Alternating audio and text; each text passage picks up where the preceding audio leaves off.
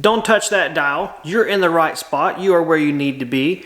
This is Samcraft.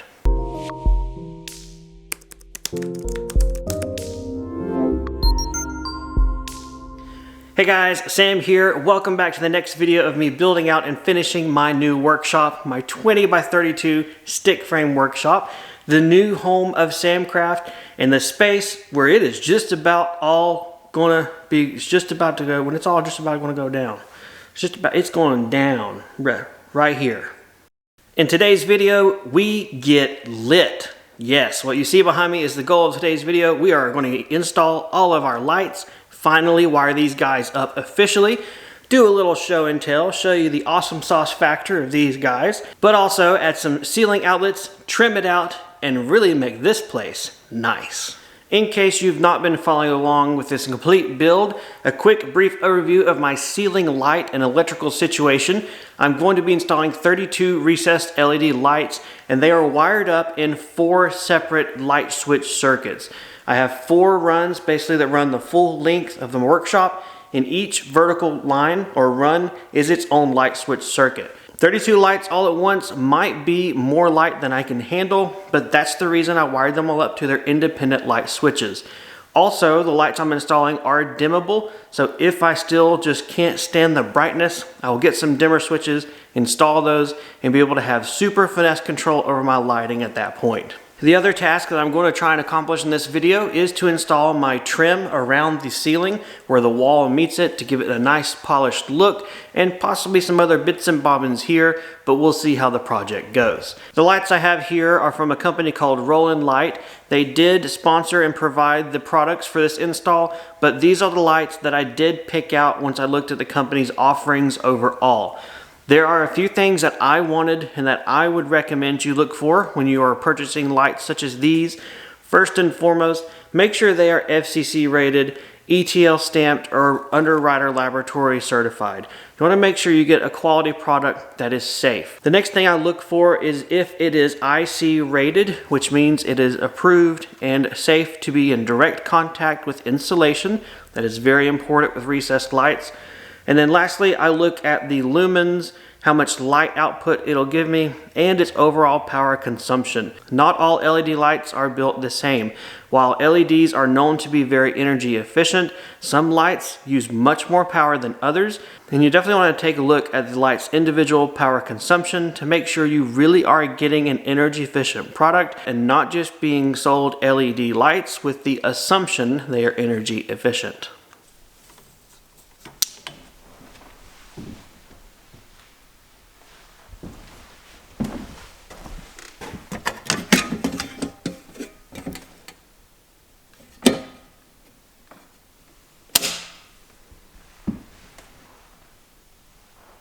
Alright guys, I want to bring you through wiring up one of these lights.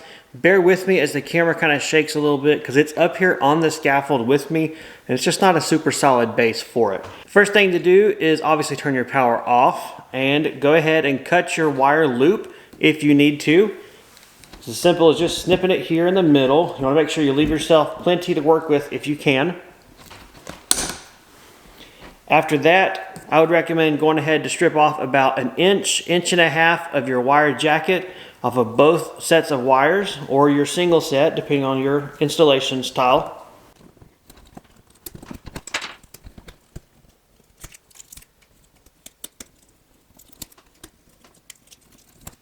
And then go ahead and strip off the ends of your hot or black wire and your neutral or your white wire.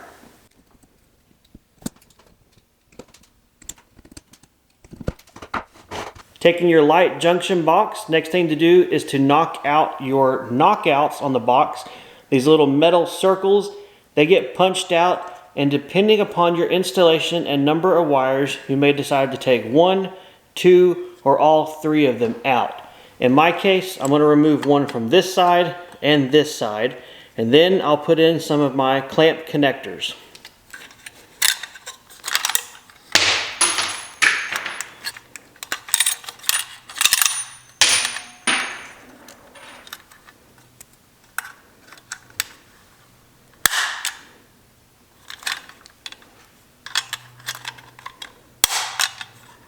With my clamp connectors put into place, now I'm going to push one wire through one and one through the other, bringing them into the junction box. Now at this point, it's as simple as connecting all of the black wires to the black wire push connect, all the white ones to the white, and your bare copper ground wires to the green one.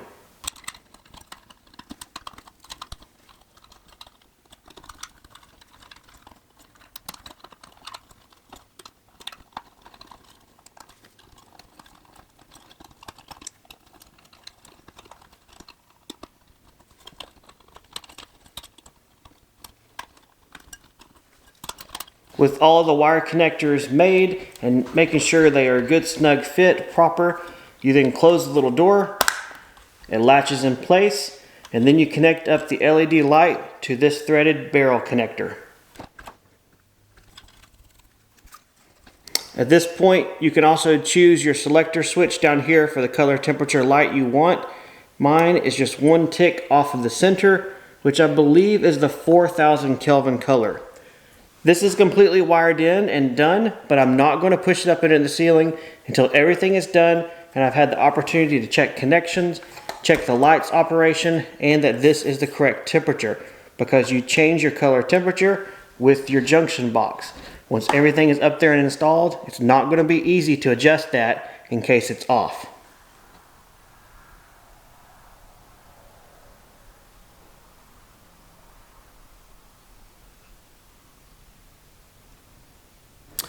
I've got a handful of them done down there, so I'm going to walk it over here, turn on the breaker, check my work. We're going to make sure these guys work. Now there's some crazy color light temperatures going on in here because I have the light coming from the windows. These are a different color from the new ones I'm putting in. So just know that that's what's going on here. But down here, all of these are working. They're all the same color temperature, which is good. So nice. I am doing okay, and I may advance to the next level. All right, at this point, it is rinse and repeat, guys. What you have seen me do, I need to do a lot more. So let's go ahead and sit you over here in the corner. Maybe cue up some interesting music. I don't know. Otherwise, enjoy the picture show while I just do the same thing over and over and over.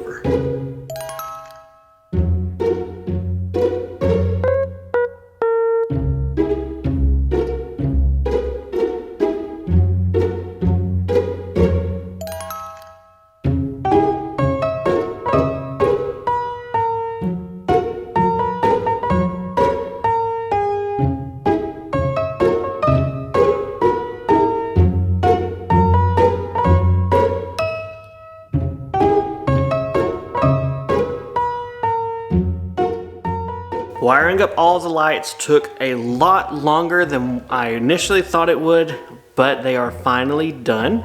So now it is time to flip the breaker, burn our eyeballs for a few minutes until we adjust, and then take in all this amazing amount of light.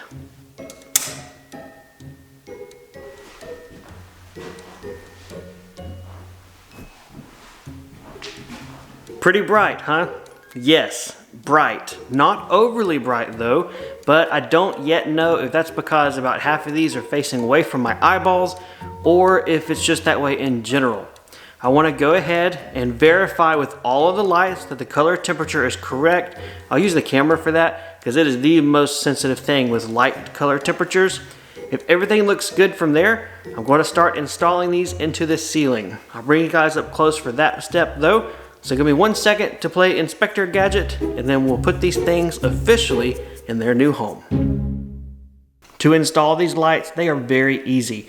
You simply put your junction box up in your ceiling, push it out of the way very gently. Then you take the two spring-loaded latches on the top of the lights, fold them up, put them through the ceiling, let them go, and it spring latches holding the light in place, sealing it up, but not being such a permanent installation that you can't very carefully pull it back down and adjust things once it's installed.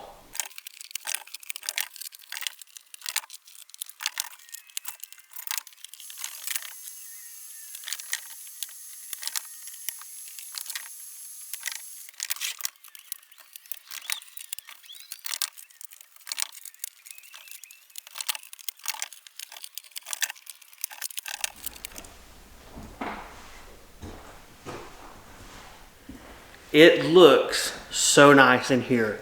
It is not overly bright. It is not hurting my eyes. And I don't do too good with super bright stuff. So, awesome. Awesome.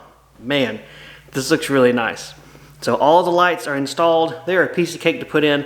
Most of them you just kind of do with one hand, keeping your other hand on the ladder so you don't fall over. But easy to put in, easy to take out. Now there's one cool feature that I've been holding out on until now, and that is in the event this is just a little too bright. I want some mood lighting. I want to get fancy. Check this out.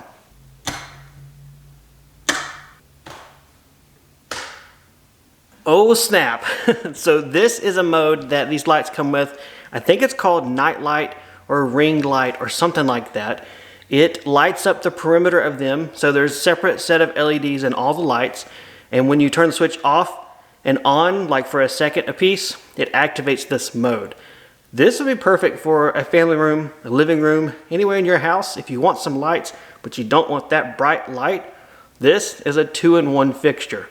In a workshop, I don't know how much I'll use it. Maybe I'll do some cool video stuff in here and decide I want it, but it was something that was with the lights, an interesting feature that the company put in there, and I definitely wanted to show you guys because it is surprising. You would not expect this with just regular LED recessed lights.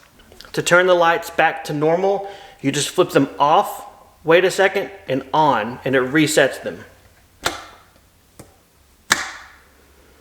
Yep, we're back to Brighttown. I really hope the camera is catching the light as good as it is in person. This is the perfect amount of light for me, especially in a workspace, a workshop. I don't have any dark corners. I don't have any hot spots because the lights are evenly spaced. And this is going to give just a great area to spend, hang out in, do work, maybe watch TV. I don't know. I'm thinking about having a recliner, guys. Everybody needs a thinking chair. But otherwise, just make this space so inviting, so bright, and just so awesome. All right, so this is the lighting portion covered, but stick around. Tomorrow I need to finish out the ceiling. I want to install my ceiling outlets, my trim around my attic hatch, probably some ceiling trim where the ceiling meets the walls, and otherwise do a few more things to really finish this off to call the ceiling done.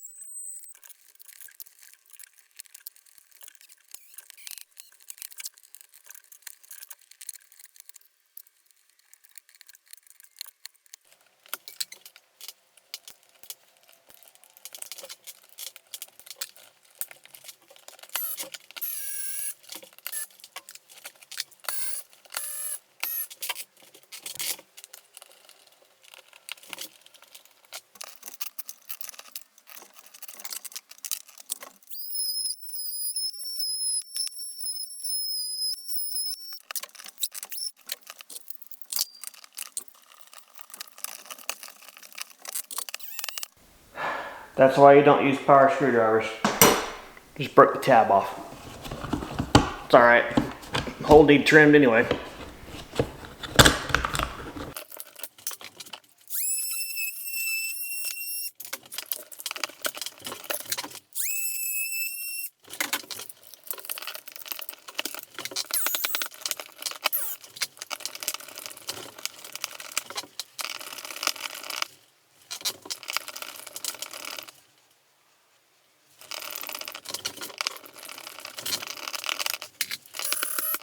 That one must have stripped out.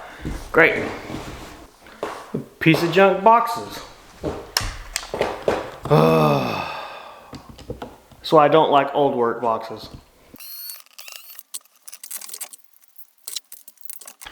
Well, let's try box number 3. First one, the tab broke off. The second one, the screws stripped out in a little plastic thing before it ever got tightened down. So maybe a third time is the charm. Or maybe I'm going to buy different heavy-duty boxes.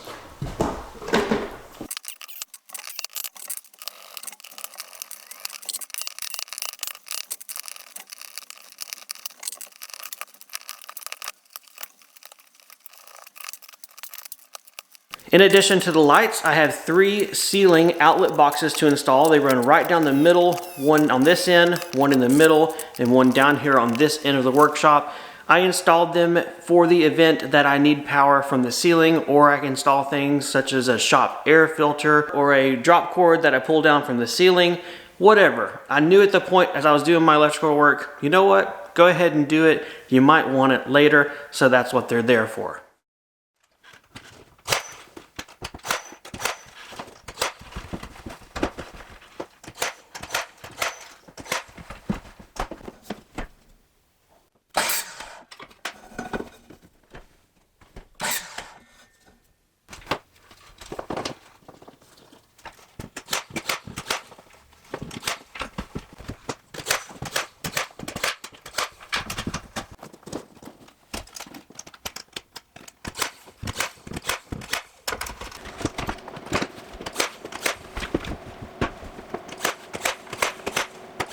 So I'm at the point where I need to cut my next piece of trim to a certain length because it's going to run into the corner. What I've already done is pre-cut my miter that will mesh up to this piece. But to get my measurement, I like to do things the easy way. I have the mitered end facing here. This is the mitered end. I'm gonna go ahead and put it into the corner all the way down there until it stops. And then I'm going to mark right here with the pencil where I'm going to do a square cut. Now this is where the miter is with the outside edge of the trim, not where it meets the wall. You want to make sure you choose the longest point on that miter. That's what you want to measure. So I'm going to go square cut this on the miter saw. We'll flip it around and put it into place.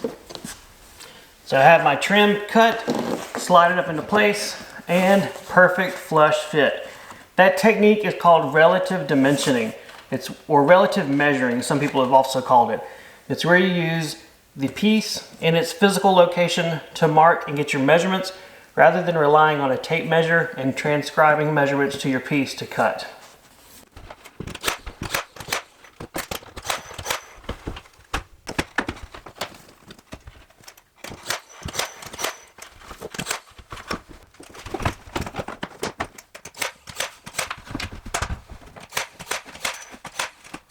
In case you don't know why I am cutting the ends of my boards like this, I want to do a little show and tell and explain why. The reason we do this is so that when you have your pieces and they line up this way, your seam is better hidden whenever they overlap in this direction. Take, for instance, a square cut and a square cut. They do not line up as well, or you can definitely see that joint. It creates a shadow line that is much more visible in the room, and even after you caulk and paint, sometimes it will still show through. In addition to that, if you decide to glue your joints, you have a larger glue surface area with this long miter and this other miter meeting up, which gives a stronger result in the end. It's one of those things you may not know at first, but once you know, then you know.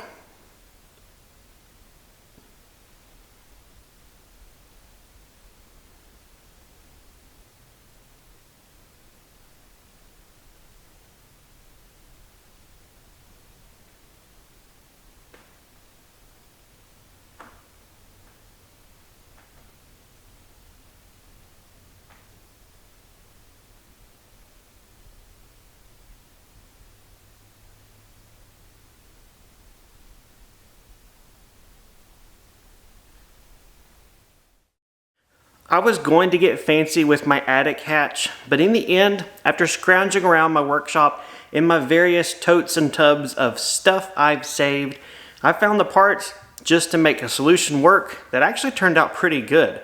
I had a set of black hinges left over from who knows what project I bought it for, and then I found some EMT conduit straps, the little silver metal things, and had an idea.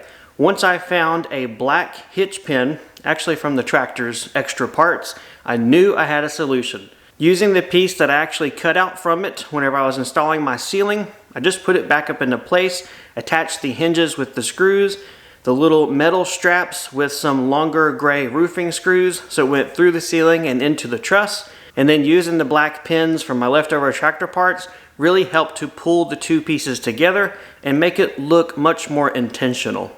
I hope I never have to get up into my attic space, because that means I either have some electrical work to do, a roof leak, or something that just will end up being not fun.